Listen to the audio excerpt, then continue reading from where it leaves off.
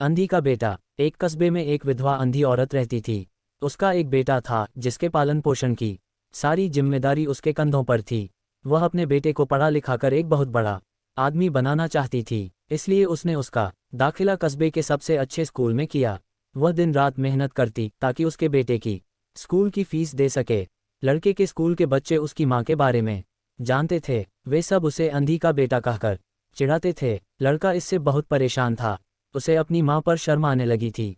वह उसके साथ कहीं भी आने जाने से कतराने लगा था। जब लड़का बड़ा हुआ तो उसकी शहर में अच्छी नौकरी लग गई। उसने अपनी माँ से वादा किया कि शहर में मकान लेकर वह उसे लेने आएगा, लेकिन वह शहर गया तो फिर लौटकर वापस नहीं आया।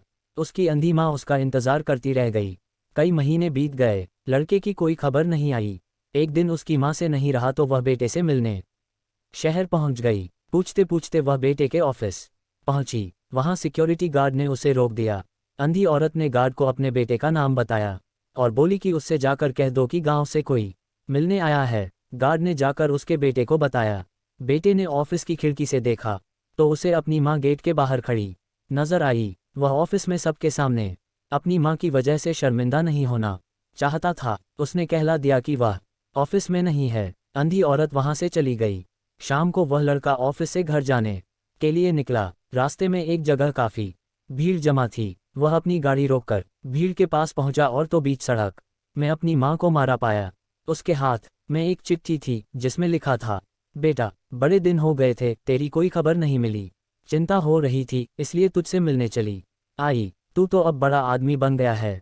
तुझसे मिलना अब शायद मुझ गरीब की किस्मत में नहीं, लेकिन मैं बहुत खुश हूँ तेरे लिए। तूने अपना ही नहीं मेरा सपना भी पूरा किया। मलाल है कि तेरी तरक्की देख नहीं सकती। काश बचपन में तेरी आंखों में सरियाना गुस्सा होता और मुझे तुम्हें अपनी आंखें न देनी पड़ी होती तो तेरी तरक्की अपनी आंखों से देखकर सुकून से मरती। तेरी अंधी माँ। ये पढ़कर लड़का फूट फूट कर रोने लगा।